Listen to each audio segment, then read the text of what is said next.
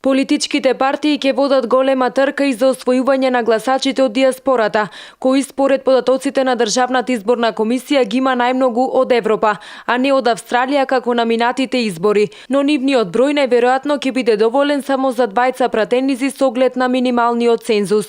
Од владачката партија ВМРО-ДПМН во собранието како пратеник од диаспората може да влезе Рамазан Мифтаровски, кој е нашинец од Венеција, Италија, а покрај него на листата на ВМРО-ДПМН од диаспората се и Зоран Стојановски и Славица Галевска-Милчиновска. СДСМ го предлага председателот на партиската организација од Локарно, Швајцарија, додека Дуи ќе се бори со Джевдет Спахиу.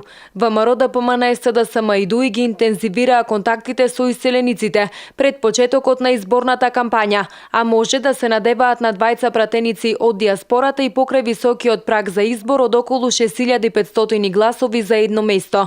Имено според податоците од ДИК, од диаспората се пријавиле околу 18.700 потенцијални гласачи, што значи дека иселениците најмногу може да се надеваат на двајца пратеници, додека за третиот малку е веројатно дека ќе ги собере потребните гласачи.